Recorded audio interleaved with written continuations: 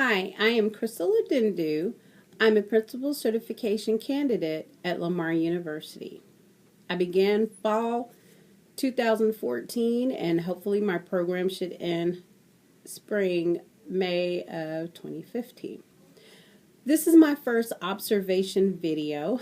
I'm happy that I had a lot of participants from my school, and they were happy to give me their knowledge and to share some things on video, so I'm quite excited about my videos.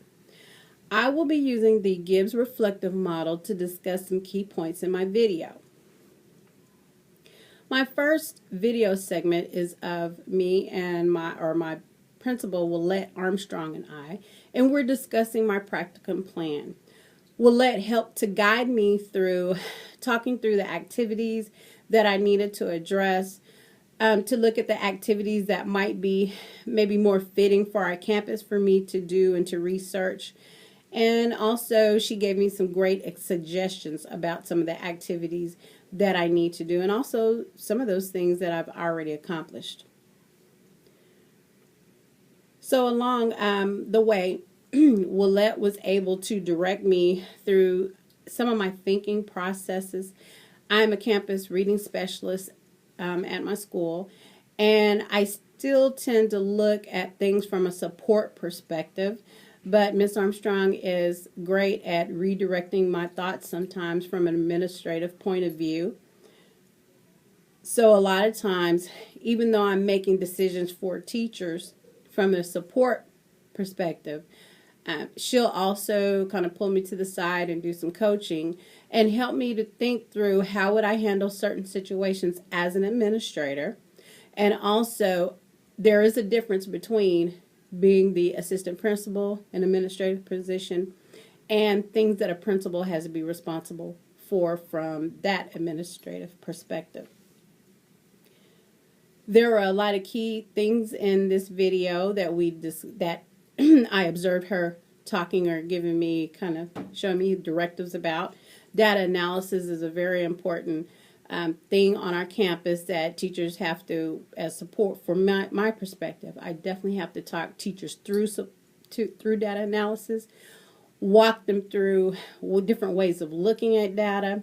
My administrator is responsible for talking with me to ensure that teachers are understanding their data and able to find those strengths and weaknesses. So this observation video will show Willette Armstrong, my assistant principal, just giving me directives as far as some of the things that I need to pay attention to on my practicum plan as certain activities become on our campus, on our calendar.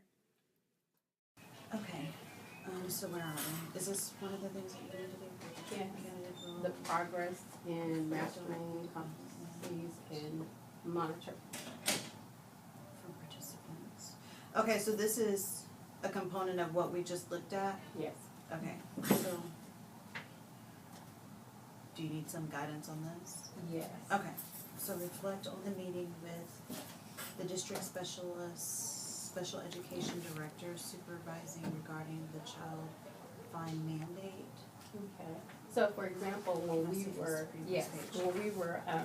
meeting with our about our 504 plan student in writing and dyslexic, would that also qualify since we had specialists there at the meeting? Yes, at the meeting, and then I would also think that you could also, include the feedback from the admission review and dismissal meeting as well. Okay. Okay.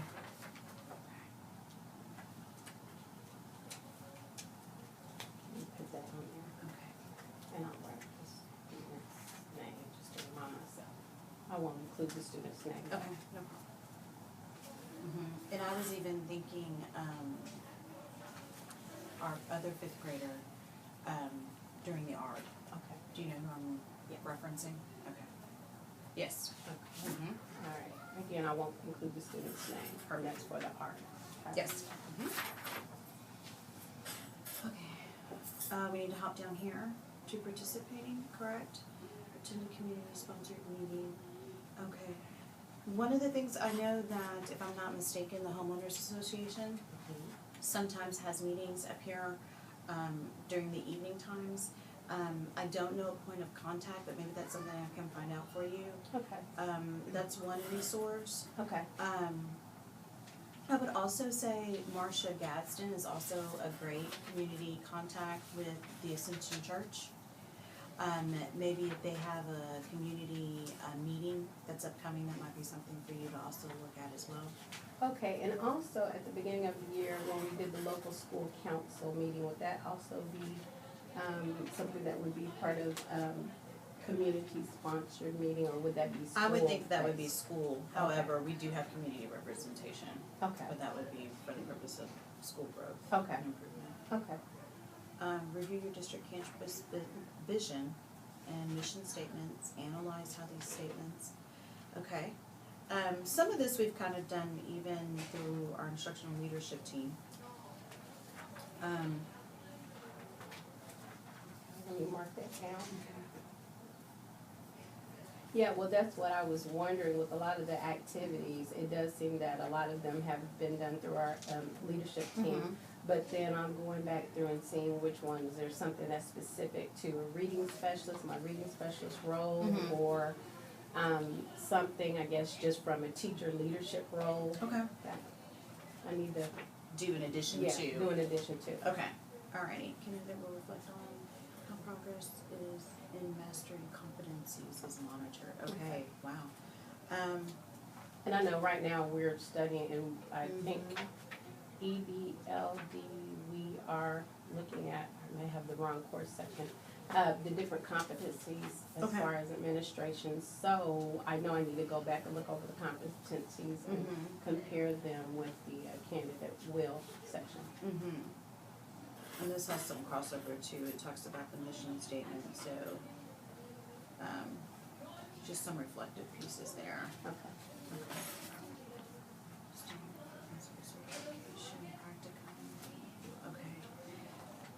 Leading as a part of the campus improvement planning process, lead a committee or team to analyze the trends of student learning data with the emphasis on subpopulations. Okay, we've done that. Subpopulation Mhm. with perhaps ELL students Mhm. or. I would even think about your cadre, as you guys were looking at developing actions based upon the data. That's a good place to start. Subpop. Mhm. I would even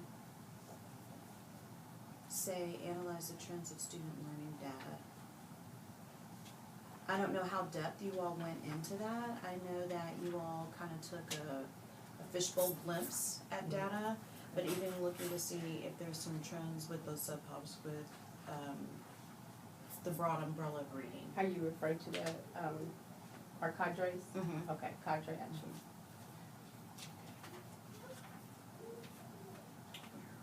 During the faculty meeting, observe and identify.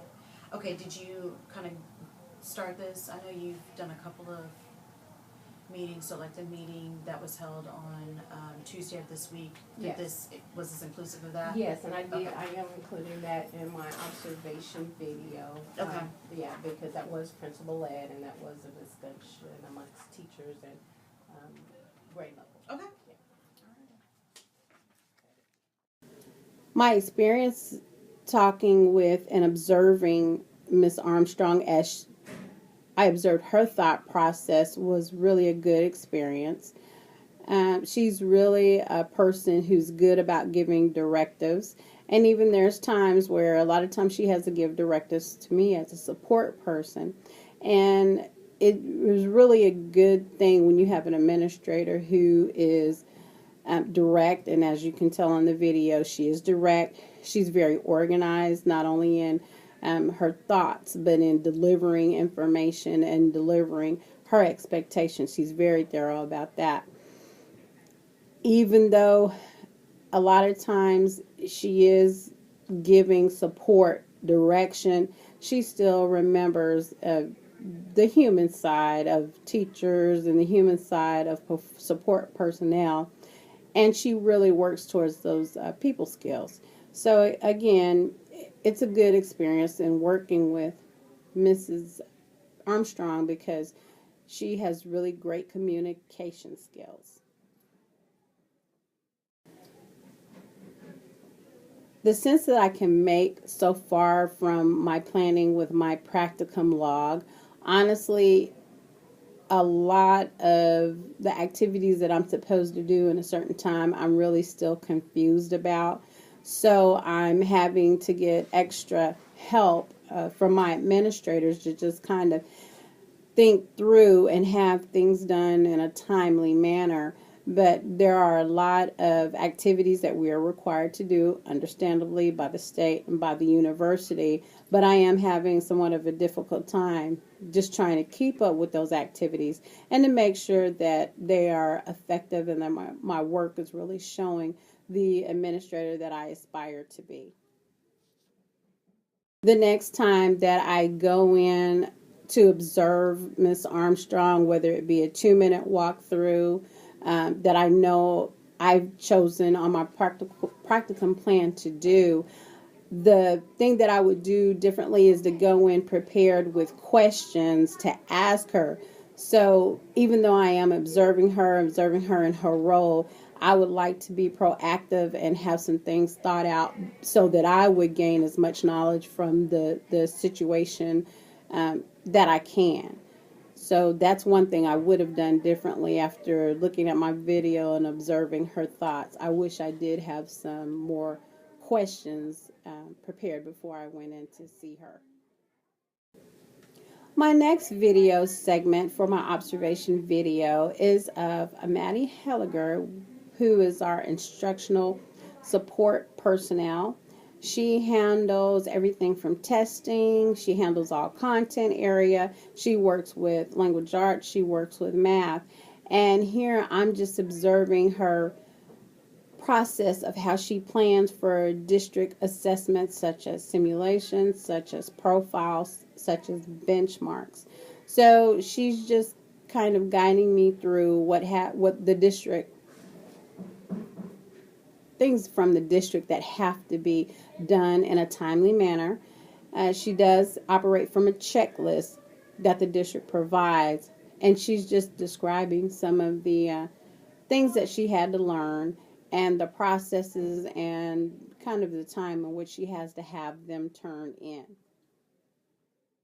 So I'm putting together the information for the Sims and getting the buckets together. So Willette showed me that there's a database that all this is housed with the ESL kids and the accommodations for them, special ed, all this is in a database. And so what she did, she printed that information, and I just kind of make sure that the kids that were kind of grouped with the different accommodations for 5th grade, they were kind of grouped together so that when we're testing, that'll be there. And I just put it in the different buckets. So I did all of 5th grade. We have 2 different groups. Special ed will have an oral reading simulation group. And then I created a group for you for your dyslexic kids. Okay. And this is just like a sheet that kind of houses all together so everybody's on the same wavelength. And then basically when the district gave us some scan sheets, I just divided them up between the buckets, counted them to make sure they had enough correct scantrons. If they needed Spanish, those Spanish simulations were in there. Okay. And then at this point, just creating the sheet that kind of reflects Starlight. Okay. So we can get our teachers ready for that, where they have to check it in and check it out. So they have to count the number. So that's ready for Monday, and then we're ready to go. Okay, well that sounds good. And then I guess the district, did they send the information test sheet or? Yeah, so they sent all this in this, they gave to the principal about this. They gave the Scantron sheets, the amount of time, hours they talked about. And so kind of just reading the notes about that. And if for whatever reason there's not another scan sheet, then I have to create one Okay.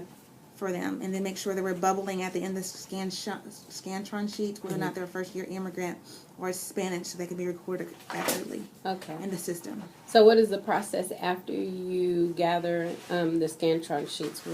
What is the process? What do you do? Then I next? scan it into the Lexmark machine. It kind of looks like a printer, a copier. Okay. And then that goes into a database called a system where it's all housed. Okay. And that has to be done by Friday, Okay. by noon. Okay. So we have our data out. Okay.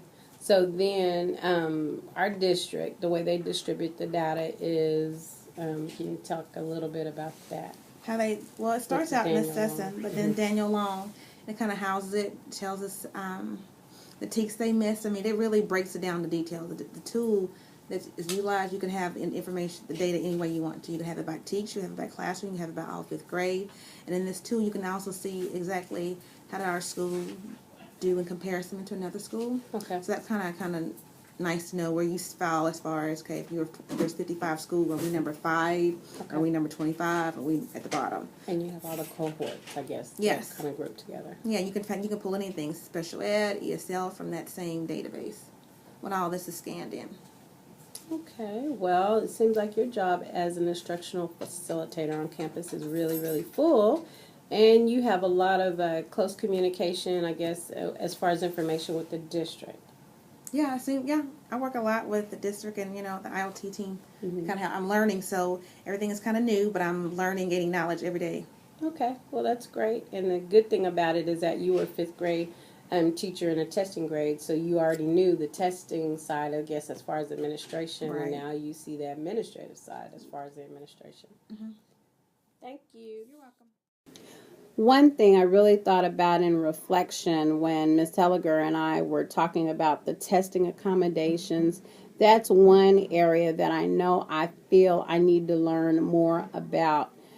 Even as an administrator, though the principal may not handle some of that information directly or have to do something with the information directly, I know that the administrator has to definitely be aware of all special accommodations and situations with English learners, language learners, with bilingual students, with special ed. And that's one area, as I said, I would like to know and find out and research more about before I would even get into the situation of being an administrator. This is time sensitive information. It's sensitive information about students, and I would really, really want to have some type of plan in order to be thorough and to make sure that all students have their accommodations. So that's one area I'm still feeling apprehensive about. If the situation arose again where I would need to find out information from an instructional facilitator, support person, I would probably also like to observe a support person in that role on a campus that maybe would have more experience, so I could see maybe the difference or maybe the full spectrum of what their responsibilities are. And I would probably maybe gain a different depth of knowledge about some of the questions that I even have. And again, Ms. Helliger, this was her first year. She's doing a great job. It's just that I know in order for me to gain more information, I'd like to visit another campus to see other support role members. The next observation video is of me observing our second grade team. Now, honestly, the intent was for me to observe, but in the middle of realizing some of the teachers were a little resistant to having conversations, and it may have been because they did all agree graciously to be videoed, but at the same time, I think some of the teachers were hesitant to maybe give some of their feedback or their concerns on video. And honestly, this is one of the grade levels that are the most open to participating in things like this. But again, as you can tell, my purpose was to observe, but I did have to start off with some leading questions, even to try to attempt to get some conversation going where I could observe what teachers' thoughts were.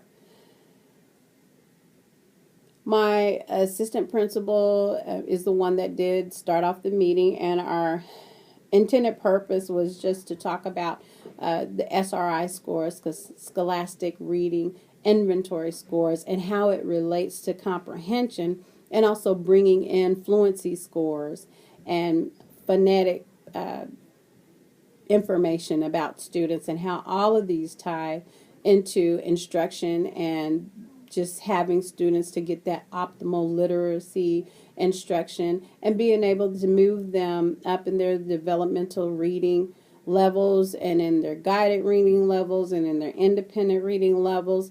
So all of the information ties together, and we just wanted to get teachers' thoughts on how they were using the data, how they intended to use even some of the suggested books on the SRI report that they received for each student. And again, there were some teachers that were graciously willing to share, and there were some teachers that did sit back and I guess they observed. Actually, they did observe themselves. Hi, second grade. How are you ladies today? Great, thank you. Well, we're here today to talk a little bit about SRI and how it relates to reading and comprehension. So, and Ms. Armstrong, did you have anything else that you wanted to say to kind of kick in the tie-in today for our focus? You know, I think, we've gone back and we've started looking at dibbles, and a lot of times in the past, we've kind of tied dibbles and SRI in together. And this year, we kind of wanted to move in a different direction. Looking at the dibbles piece really looks at literary skills, those phonemic awarenesses. Really, do our students know how to read? And then when we look at the SRI component, we're looking at the comprehension level. So what is it that they're taking away from their reading? So no longer looking necessarily learning to read, but reading to learn. And so we're going to look at what are those commonalities between the SRI results and students' comprehension, and how we can use that to kind of push our instruction moving forward. And I think the last time we met, a couple of weeks ago, when we looked at our dibble splits, I think it was really powerful for us to actually pull out the books. That's something we hadn't done before. And to look to see whether our some of the students' issues were maybe decoding, whether it's high-frequency words, or maybe it was just simply rates. So just looking at your SRI score, since this does relate to comprehension, what are some of your thoughts about the different levels that you have in your class so far?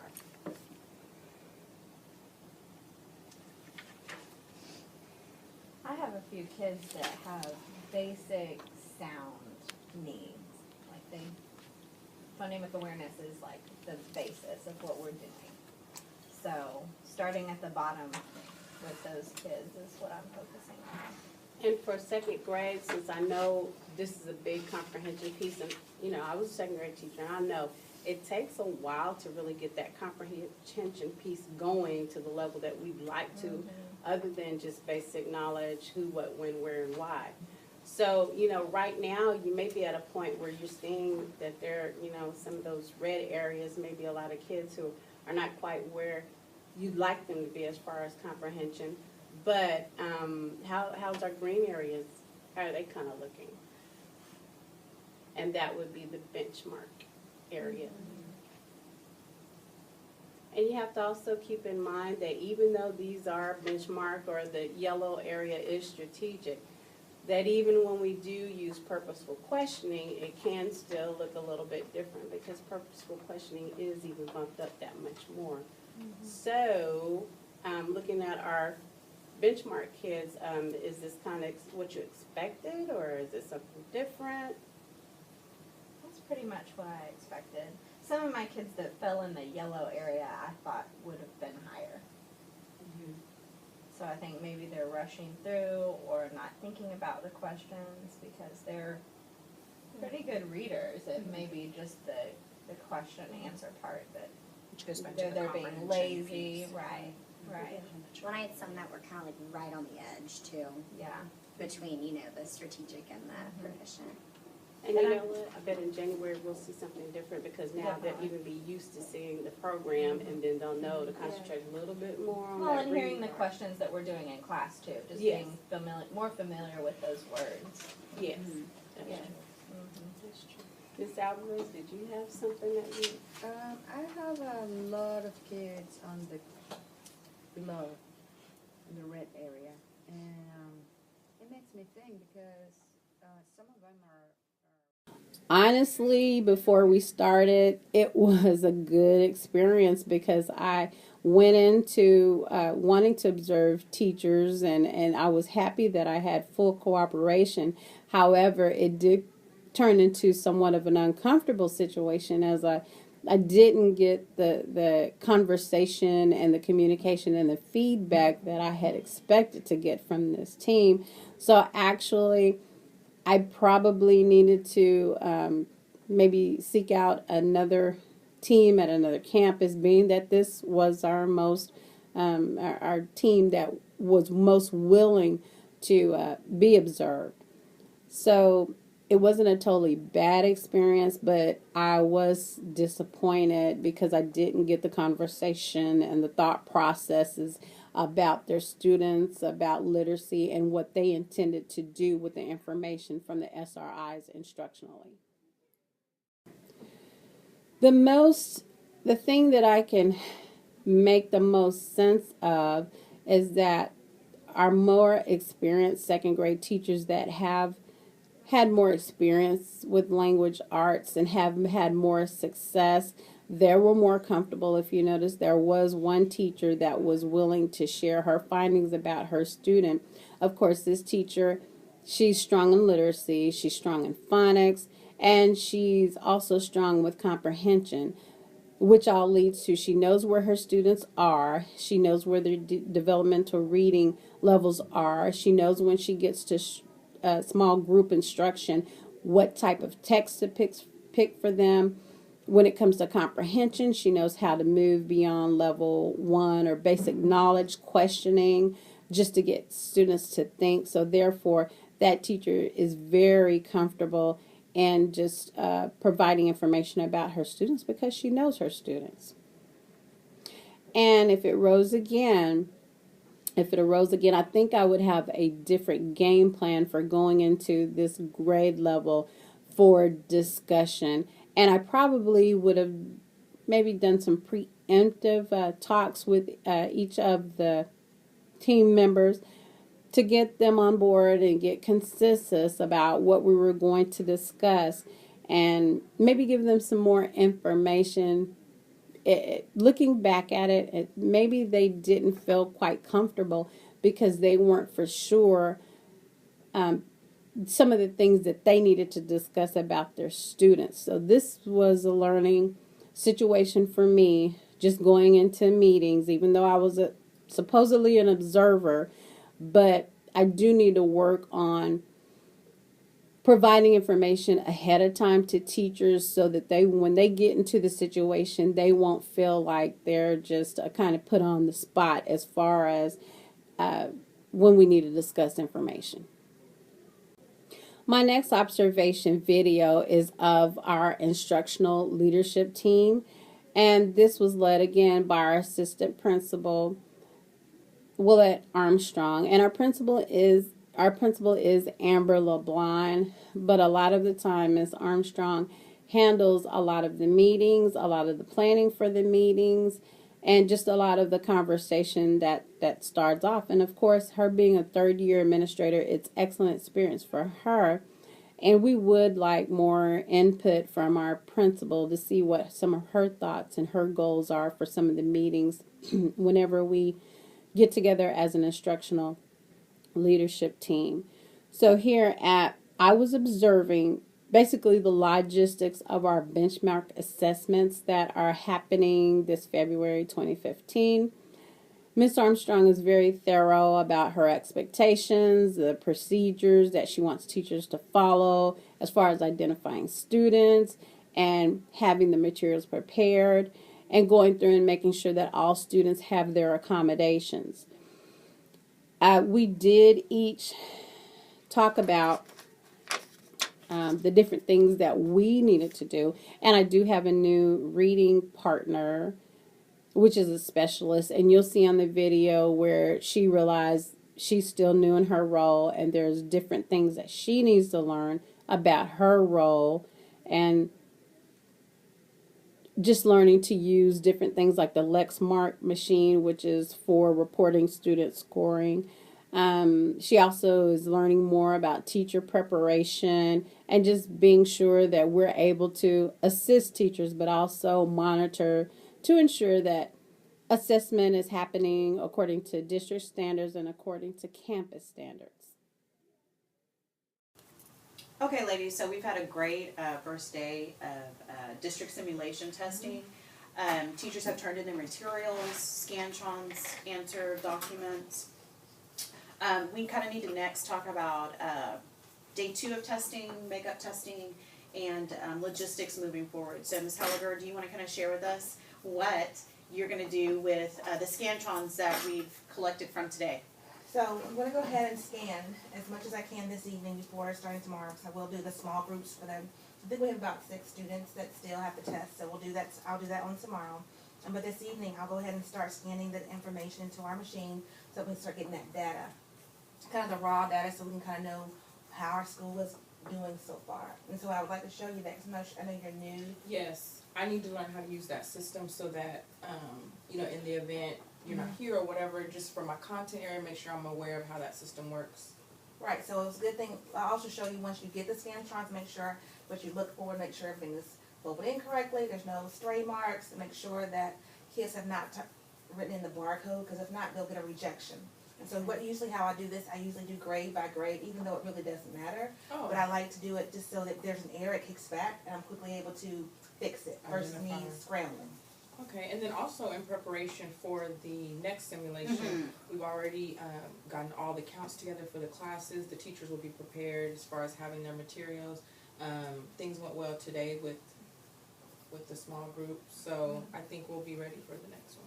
Good, and I know that we kind of used today to give us kind of a temperature check on some things that we can improve on moving forward. I know as we were pulling out Scantrons and things like that, we saw some great targeted talk points that we could have with our teachers, especially as we prepare for STAR.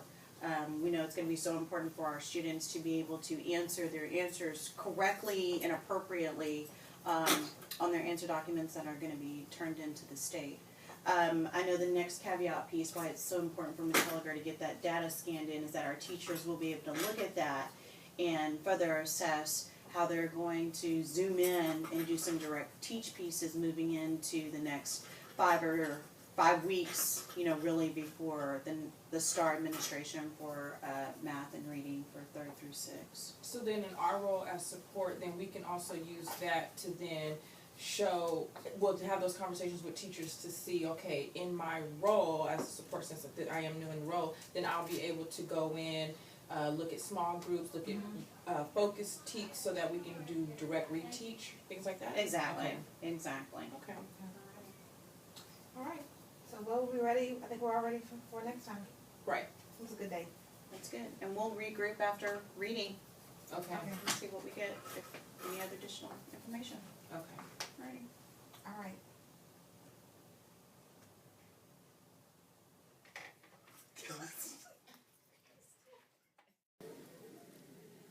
Our ILT, our instructional leadership team meetings, there are good things that come from our meetings, and there are some things that are where I would like more information, and some of our other support members from our leadership team have also expressed that.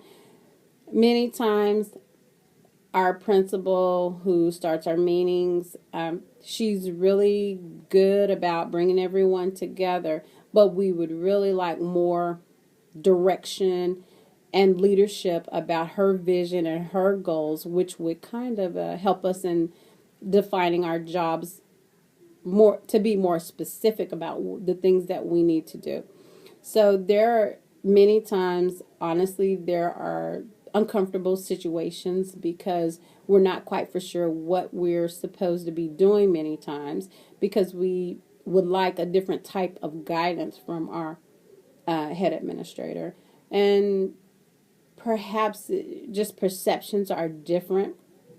Our assistant principal, she does tend to give more directives, which is really a good thing, because then you're clear on her expectations. We're clear on what she wants to see done from support personnel.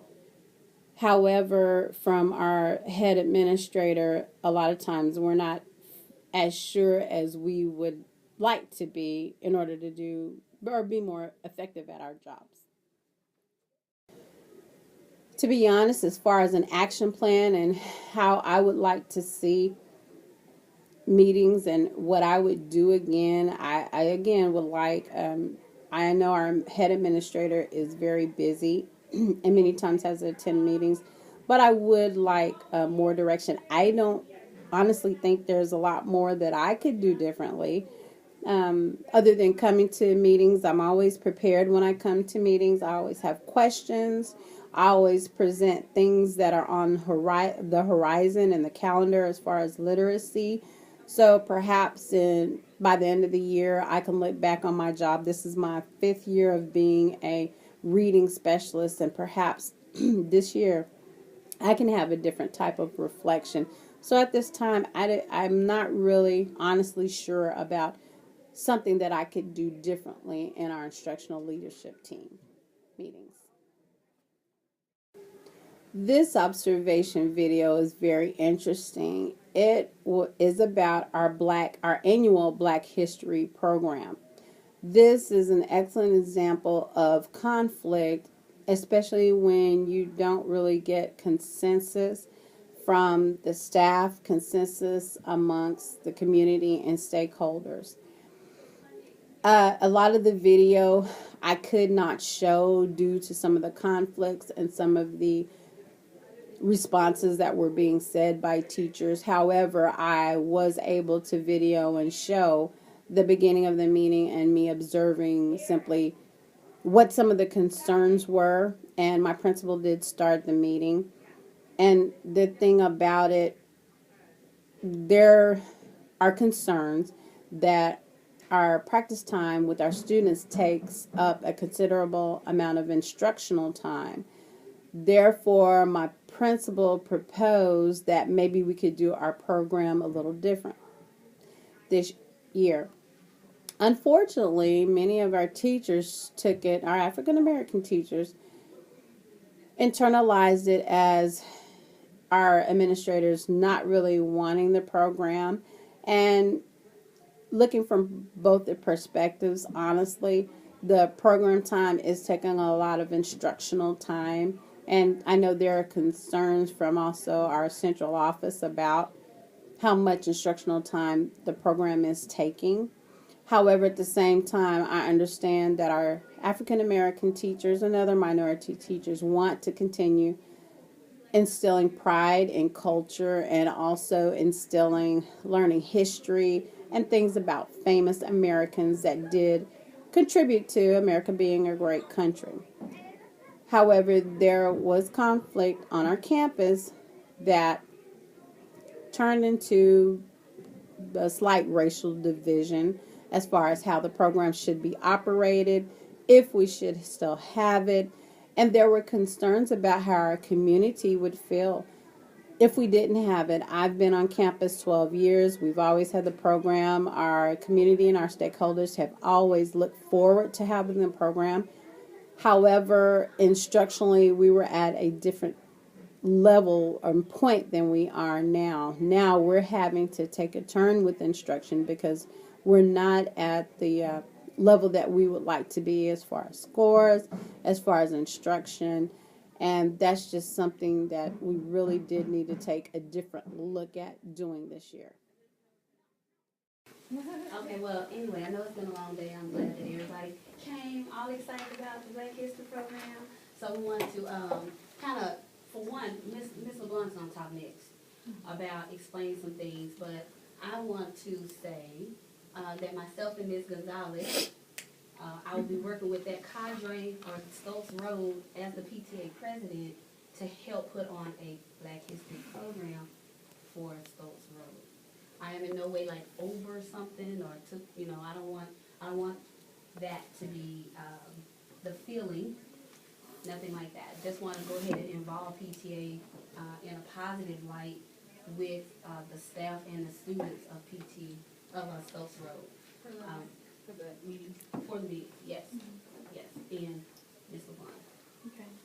And then I just wanted to say, yes, I mean, Black history is our tradition, is our culture, has been every year an amazing, spectacular event.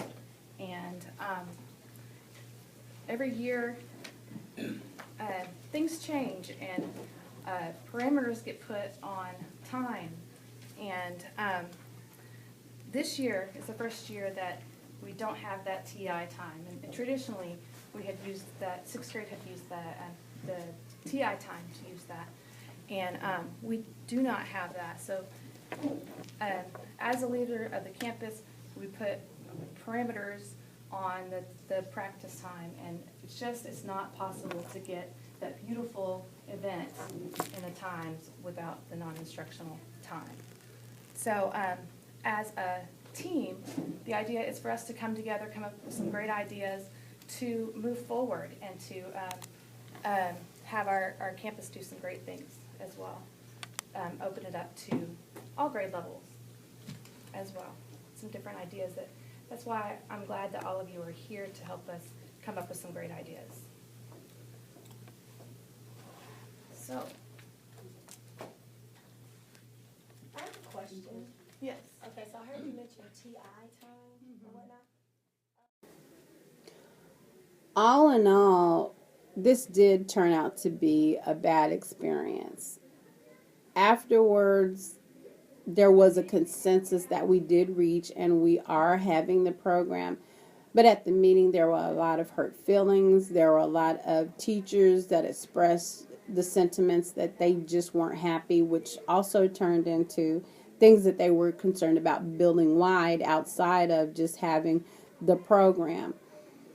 There were also teachers and staff members that helped to support also, who were really upset and just disconnected from the meeting and even had to leave the meeting. Our principal tried to communicate her thoughts, her feelings, and concern about instruction the best way she could. However, some of the staff members and teachers maybe did or don't have the same perspective that she does. They know they want to have the program. They want to do what we do annually with the program. However, they don't see the perspective of the instruction that we're losing with having the program the way it's currently structured. Our principal was very emotional. She did communicate that in no way or form or fashion did she totally want to eliminate the students having the forum to express their pride for their culture, their pride for learning history. However, she did stand firm that we needed to do something different so that we don't lose so much instructional time. And again, some of our teachers and staff members did perceive this from a racial standpoint. So this happened to be a bad experience at this meeting. Of course, I knew going in, just speaking with some of our staff members before we even got to the meeting and getting their feelings, I knew that it was probably going to be a meeting that wasn't going to be very peaceful. Now, after studying about building consensus, I see the importance of it and really taking the time to think through what we need to do to get people feeling good and on board when we have something that needs to be carried out. The plan, when this arises, and it will arise again next year, actually, the problem of the instruction time being lost has been an issue for the last couple of years, but this was the year that it was addressed direct on from our administration. I'm curious to see what's going to happen in the same situation, because the situation will happen year after year after year. The thing that I do know is if we don't have the forum, that a lot of minority teachers, and not just African American, but also we have Hispanic programs, we have programs for our Asian students, and this is really something that's going to set a precedent on our campus. So I know, as far as what we need to do again, this is something that's going to have to really be thought out by administration, and also the instructional leadership team is also going to have to come with some really good ideas about how to build consensus with all teachers, with all cultures, with our community, and with our stakeholders, because we don't want these hostile feelings to arise again. And as of present, we're having a program.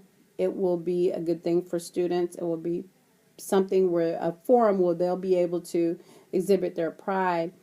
at the same time, we will have this problem again when in our next coming up, I think in May, we have Cinco de Mayo. And also other programs. So this is really going to set the precedent on how our administrators handles the situation. And it will continue to happen year after year, and it will be tense around this time. The thing about it is this is a bad time of year to be having this tension amongst teachers, amongst staff members, being that we're preparing for STAR. We have things that we need to do for student groups and for students to make sure that their learning track is successful. And this is really not a good time for people to be on opposite sides in a very emotional way. So this is really a difficult time for our campus right now.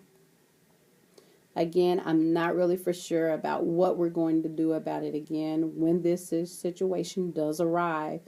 But I'm going to be preemptive and think about some things that I can bring to the table as far as solutions for the problem with the program. Perhaps classes could videotape and we could have a short celebration. We could do some things with technology with students so that we're not taking up so much instructional time, and we could still have a program, but maybe perhaps it could just look different next year.